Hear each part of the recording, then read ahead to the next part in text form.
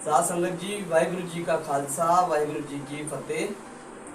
Welcome to my channel. अव्वल अल्लाह नूर पाया कुदरत के सब बंदे, एक नूर ते सब जग उपजया, कौन भले को मंदे। भाव कहने का अर्थ यही है कि भाई सारे उस परमात्मा के ही बच्चे हैं, एक पिता एकस के हम 12। आज का जो विषय है बहुत गंभीर है कि क्या मांस खाना चाहिए। बहुत गंभीर विषय है। सबसे मैं अनुरोध करूंगा कि इस वीडियो को एंड तक जरूर देखें, जीवन पलटी खा जाएगा। देखें जरूर, क्योंकि क्या है ना कि जब तक हम पूरी बात सुनते नहीं है तो हमारे दिमाग में कुछ भी असर नहीं पड़ता। क्योंकि इतनी भागा दौड़ी है, इतनी भागा दौड़ी में एक मिनट का बंदे के पास टाइम नहीं है कि वो अपने ही लिए बैठ जाए। सिर्फ दूसरों के लिए भागा जा रहा है, भागा जा रहा है, भागा जा रहा है, गधे घोड़ों की तरह भागा जा रहा है। तो मेरा आप सबसे निवेदन है कि इस वीडियो को अंत तक जरूर देखें कि क्या हमें मांस खाना चाहिए। तो आओ शुरू करते हैं। भगत कबीर जी की वाणी का एक फरमान है। बताने की जरूरत नहीं कि भगत कबीर जी कौन थे। अगर आप उनकी हिस्ट्री पढ़ लोगे, उनकी किताब एक बार पढ़ लोगे ना, आपका जीवन पलटी खा जाएगा, आपके जीवन में क्रांति आ जाएगी। भगत कबीर जी अपनी वाणी में फरमान कर रहे हैं कि जो सब में एक खुदा कहत हो तो क्यों मुर्गी मारे। कहने का अर्थ क्या है कि भाई कण कण में वो परमात्मा बसा हुआ है। कण कण में, जब कण कण में बसा हुआ है तो फिर तुम क्यों मांस खाते हो। भगत कबीर जी है, आगे और भी फरमान है। इसलिए मैं एक बार फिर अनुरोध करूंगा कि इस वीडियो को अंत तक जरूर देखें, तभी समझ में आएगा। भगत कबीर जी कह रहे हैं कि जो सब में खुदाए कहत हो तो क्यों मुर्गी मारे। भाई जब सबको पता है कण कण में परमात्मा है तो तू क्यों जीव हत्या करता है अपने मुंह के टेस्ट के लिए। भगत कबीर जी का दूसरा फरमान, कबीर भांग माछली सूरा पान जो जो प्राणी खाए।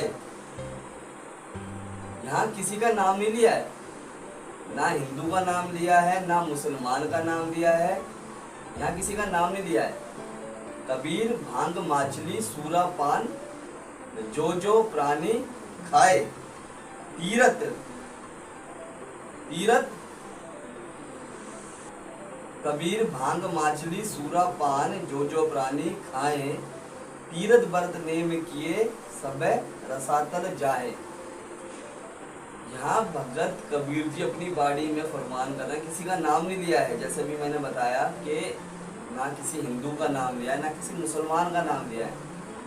यहाँ बात हो रही है कि जो जो प्राणी खाए।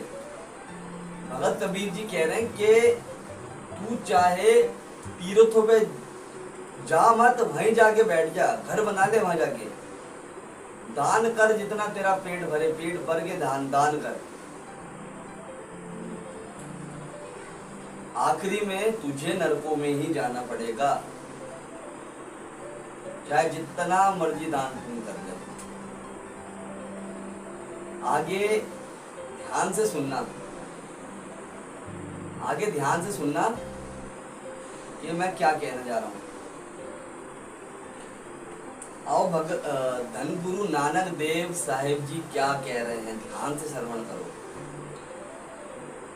जे रत लगे कपड़े जामा होए पलीत, जो रत पीवे मानसा तिनको निर्मल चीत। भगत कबीर जी गुरु नानक देव साहब जी कितने स्पष्ट तरीके से अपनी इस पवित्र वाणी में समझा रहे हैं। देखो ध्यान से सुनो। धन गुरु नानक देव साहब जी कह रहे हैं कि भाई जरा सा किसी जीव जंतु का तेरे कपड़ों पे खून लग जाए, खाली खून, तो तू उतार के फेंक ही देता है। 90% तो उतार के फेंक ही देते हैं, 1% होगा जो रखेगा, धो लेगा, जो पहनेगा दोबारा, बाकी 90% फेंक देता है। दूसरा एग्जांपल, सपोज दैट हम खाना खा रहे हैं, उस खाने में कोई बकरी मुंह मार जाए, कोई मुर्गी मुंह मार जाए, कोई भी जीव, तुरंत उस थाली को हम हटा देते हैं क्योंकि मुंह मार दिया उसने। तो जरा सोच के देखो, गुरु नानक देव साहब जी फरमान कर रहे हैं कि तू इससे तो तू घिन कर गया और तू उसी को फिर काट के अपने पेट के अंदर डाल लेता है, तब तेरे को घिन नहीं आती, तब तू कपड़े चेंज नहीं करता है।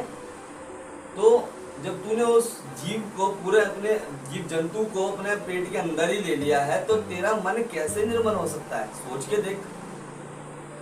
साथ संगत जी, 3 प्रकार के लोग होते हैं, 3 प्रकार के लोग कौन से होते हैं, जिसमें 2 प्रकार के लोग तो हैं, वो बच सकते हैं, बट 1 प्रकार का बंदा, उसको तो माफी ही नहीं है।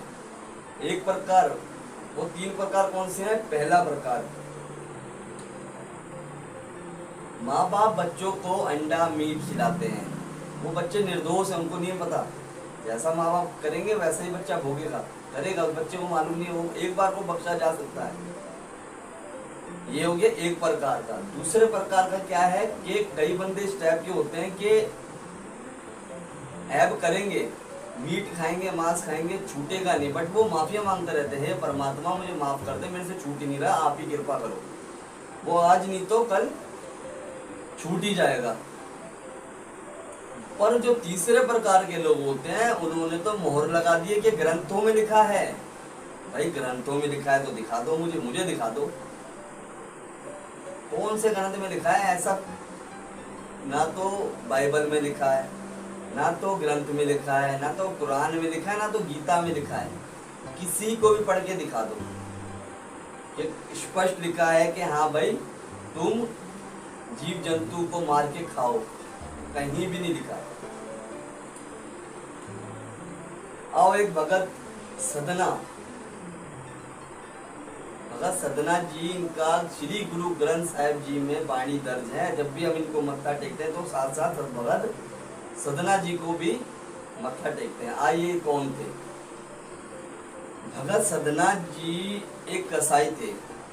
एक बार की घटना है कि हुआ क्या कि कसाई थे, शाम को अचानक ही दुकान बंद करके जा रहे, जब दुकान बंद करके जा रहे थे तो हुआ क्या, एक ग्राहक आ गया इसके पास। ग्राहक कहता है मेरे यहाँ बहुत सारे मेहमान आ गए हैं, सदना जी मुझे थोड़ा सा मांस चाहिए, जो भी अपना 1 किलो 2 किलो जो देना दे दो। भगत उस टाइम कसाई थे, तो कसाई सदना जी ने कहा कि भाई अभी तो दुकान बंद है और वैसे ही मेरे में मीट खत्म हो गया, जिंदे बकरे हैं मेरे पास, को काटना पड़ेगा, और देखो अगर उसमें से 1-2 किलो में अगर दूंगा तो मेरा क्या नाम है, मीट तो सुबह तक खराब ही हो जाएगा। अब देखो कहते ना, जब मत मर जाती है बंदे की, मत मर जाती है। अब वो ग्राहक उसको भगत कसाई सदना जी को दिमाग देने लगा, काम कर दे भाई, मेरा भी काम हो जाएगा, तेरा भी काम हो जाएगा। तू क्या कर, बकरे को काट, पूरा काट, हलाल पूरा मत काट, उसकी एक टांग काट दे, उस टांग से मेरा भी काम हो जाएगा, तेरा बकरा रात भर तड़पेगा ही, सुबह उसको मार दियो। अब कसाई सदना जी कहने लग गए बात तो सही कह रहा है, चलो कर देते हैं। ग्राहक को बाहर खड़ा करके सदना जी, कसाई सदना जी अपने दुकान में अंदर जाते हैं, बकरे को लेते हैं। अब होता क्या है, गुरु प्रसाद बरत जाता है कि जब कहते ना, जब गुरु की कृपा होती है तो गुरु प्रसाद बरत जाता है, गुरु प्रसाद। अब हुआ क्या, जब भगत सदना जी ने छुरी उठाई और छुरी उठा के जैसे ही वो काटने लगा बकरे को, बकरा चिल्ला उठा, सदना क्या कर रहा है ये?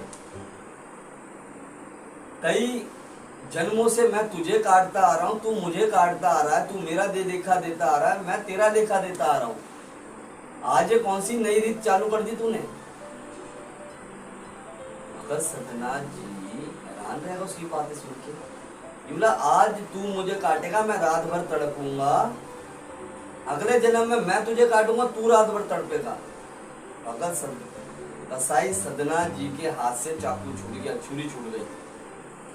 ऑन द स्पॉट साध संगत जी अपनी दुकान को ताला मार दिया था और दूसरे बिजनेस को चालू करा। ऐसे करके कसाई सदना से भगत सदना जी का सफर तय किया उन्होंने। सोच के देखो। अब वाणी क्या कह रही है? सबको पता है एक ना एक दिन धरती छोड़ के जाना है। उस परमात्मा को खुश करने की बजाय हम औरों को खुश करने में लगे पड़े हैं। एंड मूवमेंट में यही होगा कि वही जिनके लिए हम भाग रहे हैं, उनको खुश करने के लिए भाग रहे हैं ना, वही बोल देंगे कि करा क्या तूने हमारे लिए। अब वाणी क्या कह रही है? कपड़ रूप सुहावना, छठ दुनिया अंदर जावना। एक दिन ऐसा आएगा जो तू सोने कपड़े पहन रहा है, चमकदार अच्छे कपड़े पहन रहा है, जो तेरा सोना रूप है, सुंदर चेहरा है, सुंदर शरीर है, उसे भी एक ना एक दिन त्यागना तुझे। कपड़ रूप सुहावना, छठ दुनिया अंदर जाना, एक दिन मरना ही है। मंदा चंगा आपना, आप पे ही कीता पावना। हर एक बंदे को अपने अपने कर्मों का हिसाब देना, अपने अपने कर्मों का लेखा देना, चाहे उसने अच्छे कर्म करे हो चाहे बुरे कर्म करे हो। अब मंदा चंगा आपना, आप ही कीता पावना। हुकुम किए मन भाव दे, राह भीड़े अगे जावना।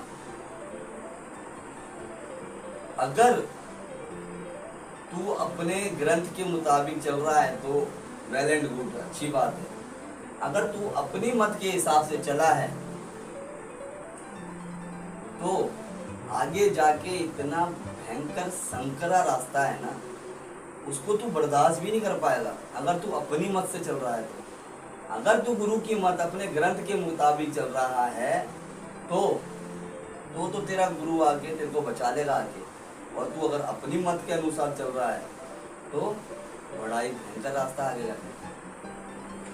नंगा दो जगत चालया का, इससे खरा डरावना, कर अवगण पछुतावना। जब तू धर्मराज के पास पहुंचेगा ना, तेरे से ये नहीं पूछा जाएगा कि तूने कितना धन कमाया, तूने बैंक बैलेंस कितना जोड़ा, तेरे पे गाड़ियां कितनी हैं, सब जीरो। तेरे से सिर्फ एक ही चीज पूछी जाएगी, भाई जो तू परमात्मा से प्रॉमिस करके आया था कि हे निरंकार मुझे एक चांस दे दे, मैं धरती पे जाके तेरा नाम जपूंगा, तेरी सिफत करूंगा, तेरी आराधना करूंगा। वाणी भी स्पष्ट कर रही है, भाई परापत मानुक देहोरिया, गोविंद मिलन की ये तेरी बरिया। सिंपल सा, इसको समझाने की जरूरत थोड़ी ना इन पंक्तियों को, कि भाई यही तेरा अवसर है उस परमात्मा की भक्ति करने के बाद के लिए। मर के थोड़ी ना भक्ति होगी या बुढ़ापे में भक्ति होगी, बताओ। भाई परापत मानुक देहोरिया, गोविंद मिलन की ये तेरी बरिया। अवर काज तेरे किते ना काम, मिल साध संगत भज केवल नाम। वाणी ने तो स्पष्ट कर दिया। अब कई लोग वाणी को गलत ना ले जाएं कि भाई सारे काम छोड़ के परमात्मा की बंदगी करो, नहीं। धन श्री गुरु नानक देव साहिब जी ने पहले नंबर को कीरत पहले नंबर पे दिए। कीरत को पहले कीरत करो, फिर नाम जपो, फिर वंड के छको। ये नहीं बोला कि पहले नाम जपो, पहले नंबर पे कीरत। कीरत कौन सी बोली है? कीरत बोली है सच्चे सुच्चे धर्म की कीरत बोली है। धर्म की कीरत, ईमानदारी की कीमत। कीरत ईमानदारी से कमाना, बड़ा उपकार, उसके बाद नाम। जब धर्म की किरत करोगे तो जाके नाम टिकेगा। तो मंदा चंगा आपना अपे ही कीता पावना, ठीक है। नंगा दो जग चाल्या था जिसे खरा डरावना कर अवगण पछोतावना। जब धर्मराज के पास जाओगे, जब जाएंगे तो दो ही हिसाब होंगे, एक कि तूने अच्छे कर्म कितने करे, तूने बुरे कर्म कितने करे। अब अच्छे कर्मों का पलड़ा भारी होगा तो धर्मराज जी सर झुका लेंगे, और बुरे कर्मों का पलड़ा हुआ भारी तो हम अपने ही अवगुणों को देख के शर्मसार हो जाएंगे, पहले शर्मसार हो जाएंगे। तो साथ संगत जी, एक ही रिक्वेस्ट कि अगर इस स्टोरी को सुनने के बाद अगर कोई मांस खाना, मीट खाना, जीव जंतु पे अगर तरस करना आ गया, देखो तौल दया धर्म का पूत।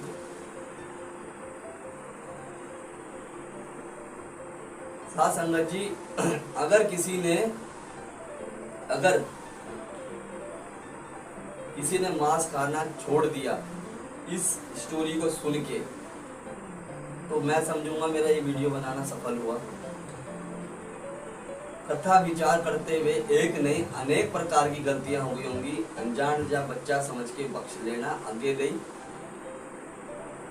आशीष बख्शना के इसी तरह लोग जुड़ सके स्टोरी को सुन के। This is a true story, इसको हल्के में मत लेना। तो मैं सबसे अनुरोध करूंगा कि गलती हो गई होगी तो माफ कर देना। वाहिगुरु जी का खालसा, वाहिगुरु जी की फतेह।